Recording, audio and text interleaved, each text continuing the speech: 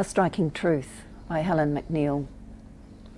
Notice Notes, 19th of the 7th, 1986. I've invented you to read these words. They're slippery. They break down and change into something else. Take a pine log. It gets pulped into chips. Chemicals get added and it's no longer pulp. It's on its way to being paper.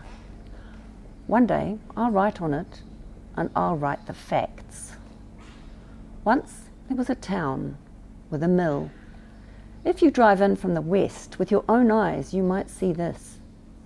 The log pile shifting, the stripped trees nudging each other as they roll and bruise, the hammerhead crane with its logs swinging over to the left side and then swinging to the right. There's no secure place for these 20 logs. This is true, I think. Last week, these logs were pine trees minding their own business until chainsaws ripped into them and front-end loaders pushed them onto huge trucks which held the traffic up all the way to the site. Here they'll be minced to pulp and flattened to paper.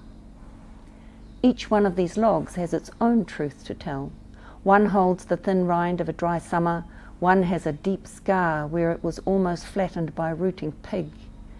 Each log has a signature set of rings. That's true too, I know. They'll journey through the mill to become blank white paper. Just 1 week it could take, or a year. That depends on the story written in the corporate reports about production costs and profit.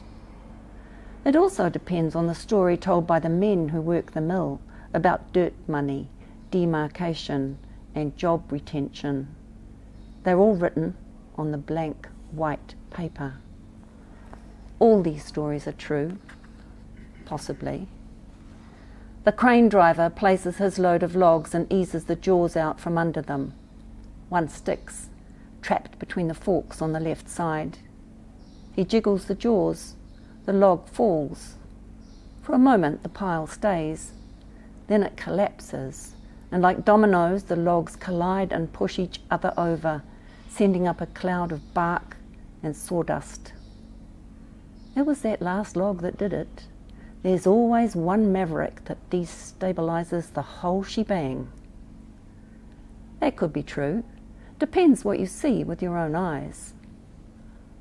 I'm the keeper of the truth. I'm the librarian who protects all those paper books full of truth. It's often dangerous, and it doesn't always set you free. So promise me, if you find these notes, you'll burn them.